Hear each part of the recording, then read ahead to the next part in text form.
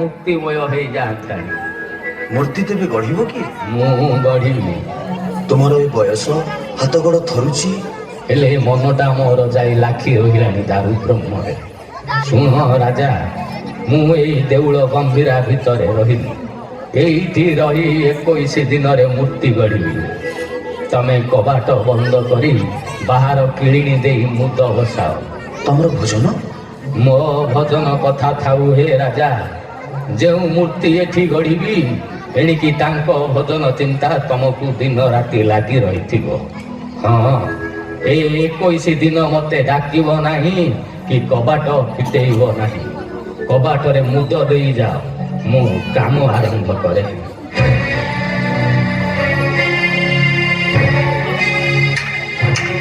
କଣ କରୁଛ ସ୍ୱାମୀ? ସେ କହିଲେ ବୋଲି ସତକୁ ସତ ତୁମେ କବାଟରେ ମୁଦ ଦେଉଛ? ମୁଁ ଆଉ ଅନ୍ୟ କଥା କିଛି ଭାବି ପାରୁନାହିଁ ରାଣୀ, ତୁମେ ଆସ।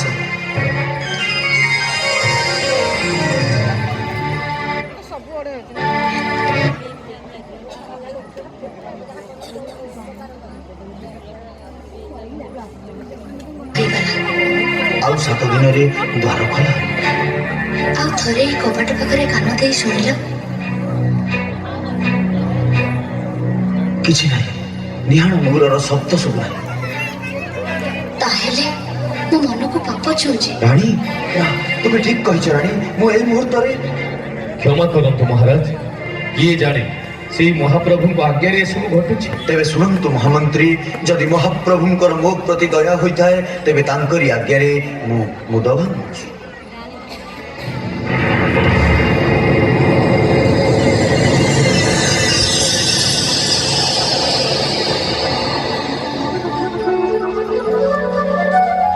କି ଅପରୂପ ଦୃଶ୍ୟ! କେଉଁଠି ଆଲୋକ ନାହିଁ, କିନ୍ତୁ ମନ୍ଦିର ଆଲୋକମୟ। ଜଗନ୍ନାଥ ଚତୁର୍ଦ୍ଧା ମୂରତି, ଊର୍ଦ୍ଧ୍ୱ ବାହୁ, ଚକା ନୟନ।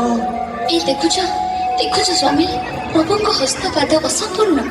ମନ୍ଦିର ଭିତରେ ବଢ଼େଇର ଚିହ୍ନ ବର୍ଣ୍ଣ ନାହିଁ। ଏ କଣ ପ୍ରଭୁ ତୁମରି ମାୟା, ତୁମରି ଛଡ଼ା? 14 ଦିନରେ ଦ୍ୱାର ଖୋଲି ଆମେ କଣ ତୁମ ନିକଟରେ ଦ୍ରୋହୀ ହୋଇଛୁ? କୁହ ପ୍ରଭୁ, କୁହ।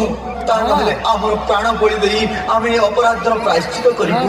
କୁହ ଜଗନ୍ନାଥ, ତୁମର ଏଇ ମୂର୍ତ୍ତି ଏ ମନ୍ଦିରରେ ପୂଜା ପାଇବ ତ? ଏଥିରେ ତୁମେ କଣ ସନ୍ତୁଷ୍ଟ?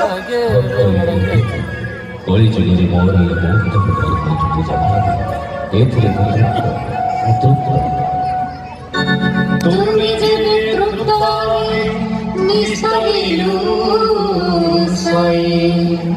କୋଟି ପ୍रणिपात ଆମ ଘେନ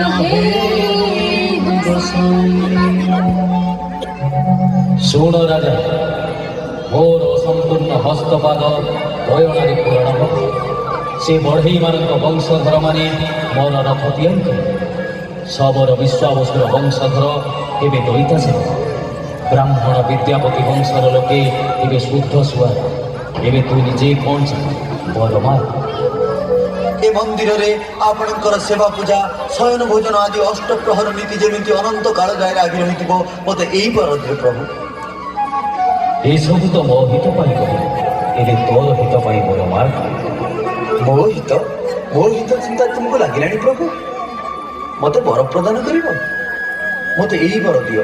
ଏ ବଡ଼ ଦେଉଳକୁ ନିଜର ବୋଲି କହି ଗର୍ବ କରିବାକୁ ମୋ ବଂଶରେ କେହି ରହିବେ। ଏଇଠି ତୋର ସବୁ ପରୀକ୍ଷାର ଶେଷ ହୋଇଯାଇଥିଲା। ତୋର ଏଇ ନିଃସ୍ୱାର୍ଥପର ଗୁଣ ଅନନ୍ତ କାଳ ପାଇଁ ଜଗତବାସୀଙ୍କର ଆଦର୍ଶ ହୋଇଯିବ। ଏଇଥିପାଇଁ ଏ ବର ମିଳିବ। ଆମ ସମ୍ମୁଖରେ ତୁମର ଏ ଅପରୂପ ମୂର୍ତ୍ତି, ଆମେ ତୃପ୍ତ ହେଲୁ ପ୍ରଭୁ, ଆମେ ତୃପ୍ତ ହେଲୁ।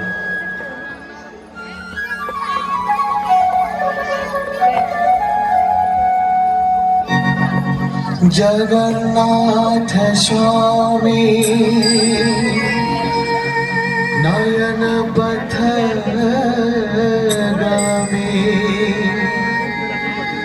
भव तुम्हें